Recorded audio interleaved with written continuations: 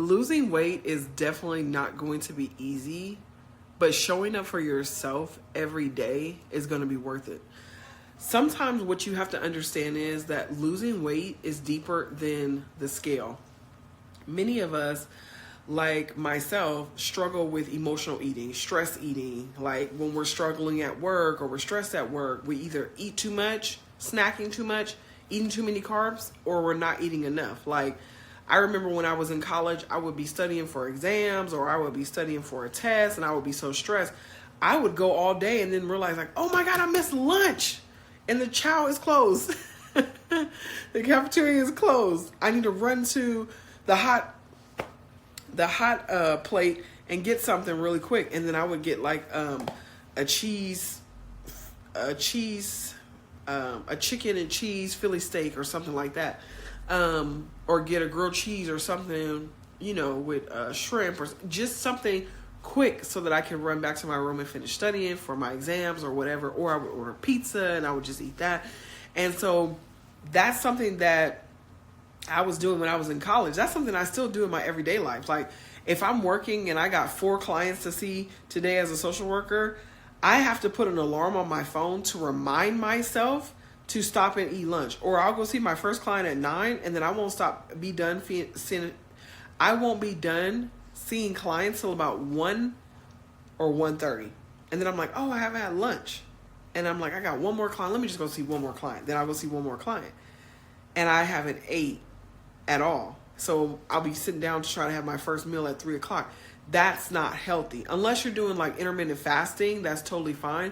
But if you're missing meals like that, then you're going to overindulge when you finally do eat. So that's why it's very important that you come up with a plan that's going to work for you, that's conducive for you.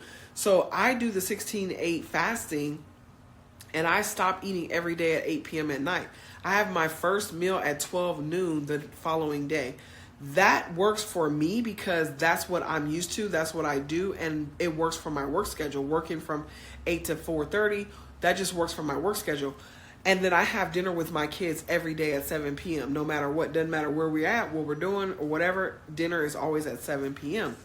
Now, on the days when my kids have tutoring, sometimes we don't get home till 7:30, so dinner is a little late, but I always eat before 8 o'clock, and that's why the meal prepping is important. Now, I don't meal prep all of my meals. I only meal prep my protein because it's easier for me, and that's just what works for me. So I want you to think about those things. Think about how you can incorporate 75 soft with a healthy meal plan that will help you to be successful for the next 75 days. And in that time, think about goals that you want to achieve. Not just goals that you want to achieve with your weight loss, but think about goals you want to achieve in your personal life, in your business life, in your work life. Are you working towards a promotion? Are you working towards moving to a 4-day work week? Are you working towards starting a side hustle? Are you working towards becoming a content creator? Are you working towards starting a t-shirt company? What is it that you're working towards so that you can put that in your game plan so that you're doing your work job, if you're working 9 to 5 or if you're working whatever your work hours are, but then you're also incorporating the 75 soft where you're reading your 10 pages of your book every day, your self-help book, your personal development book, you're journaling, your gratitude, you're thanking God, you're thanking him for everything that he's done for you, everything that he's going to do for you. You're praying, you're meditating, you're also doing your 45-minute walk. It could be outside, it could be on the treadmill, whatever. You want to make sure you're drinking your water. Have your water on deck, drinking your electrolytes so that you're not going through the keto flu, you're not getting the weak body aches, the muscle spasms, the headache, the sugar cravings, all of those things, So that's why it's important that you focus on what works well for you. So I do hyperketosis. Hyperketosis works really well for me and my community. We see rapid weight loss, which continues to push us to keep going. Is it hard at first? Yeah, the first 5 days are going to be hard because you're used to eating carbs. You're used to eating processed carbs. You're used to eating potato chips and junk food and sugar shit. You're used to having ice cream and cake and cookies and all that. You can't have none of that shit on hyperketosis. None of that.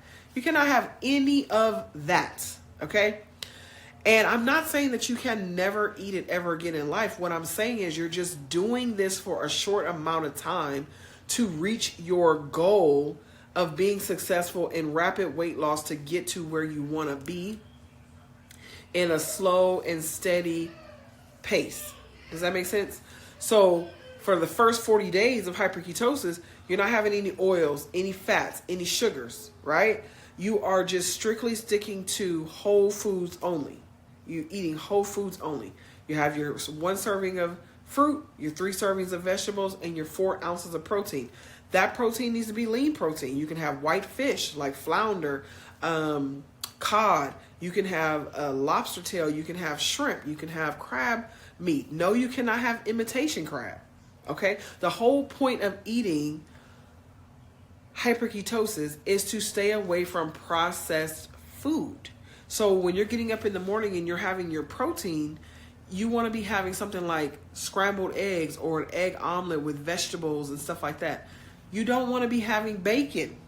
No, that's processed. You don't want bacon. You want to have something like shrimp or chicken, grilled chicken, or air fried chicken, or steak, or fish, something like that. You don't want to have any processed food. So I know that's hard for your brain to think, because let me tell you, it was hard for me. Like, no processed food, like no crackers, no chips, no cookies, no cake, no pizza. No, like, oh my God, how am I going to make it through this? And guess what? I started this plan in August, and I'm already down 40 pounds. Okay? And just think about it. I took 1 month off because I messed up during Halloween, and I was eating candy, binge eating on candy, and just eating candy. And then boom, Thanksgiving came. So I was like, okay, well, November, we're off. We were off in November. So we just decided to, day after Thanksgiving, boom, get right back into it. Keep going. Don't give up, right? You probably can't see because you're new here, but if you go back and watch my old videos, you'll see that my face has completely changed. I used to have a really chubby face. I had black marks here, black marks here, black marks here, because I was pre-diabetic. No longer pre-diabetic. Down 40 pounds. I have also been able to show up and drink my water every day. That was something that I struggled with. I don't drink soda, but I was drinking sparkling water, or I would be drinking tea, but I wasn't drinking enough water, and I could tell in my body. Now that I'm drinking more water, I feel more energy. I'm drinking more water more frequently, and I notice what's so funny is you think, oh, you're going to be drinking all that water, you have to go to the bathroom all the time. It's funny. When I was drinking soda, I had to go to the bathroom all the time. When I was drinking juice, I had to go to the bathroom all the time. When I drink water, I don't have to go to the bathroom as much. And it's probably because the water is good for my body, and my body is holding on to the water. When you're drinking all that sugar shit, you're getting rid of more waste than you are keeping. Does that make sense? So I hope that this was helpful, and I want you to know, like, you can be productive. You can reach your goals, not only your fitness goals, but also learning how to show up for yourself, be disciplined, and follow your goals. It could be saving money. It could be losing weight. It could be starting a new business, being more productive, all of those things. Just get out of your lazy girl era, move into 2025 with the mindset that I'm going to do everything that I am supposed to do. I'm going to accomplish all of my dreams, my aspirations. I'm going to walk in my purpose and do what God has called me to do, and just continue to soar into the person that God has called me to be. And you're going to be successful. I'm so excited for you to be here. Day 3. This morning, when I woke up, I felt so dehydrated. My lips were so dry. I drank half of my 40-ounce tumbler. That was not a good idea. The reason why is because I didn't weigh myself first. So now the scale is up a pound. But that's okay. We just know it's water. It's water. So whatever. Okay, so this is our morning progress photo. Today I'm actually going to wash my locks and retwist them. I think I'm going to do 2-strand twist just because this year I've decided that I want to start retwisting my locks less and less because I feel like the roots are not locking, and I think it's because I am retwisting my locks way too much and it's starting to thin them out, so I gotta stop doing that. So we're up a pound today, and I guarantee you it's because I woke up this morning so dehydrated. Today for lunch I had a taco salad. It was so yummy, and then I had another shrimp bowl for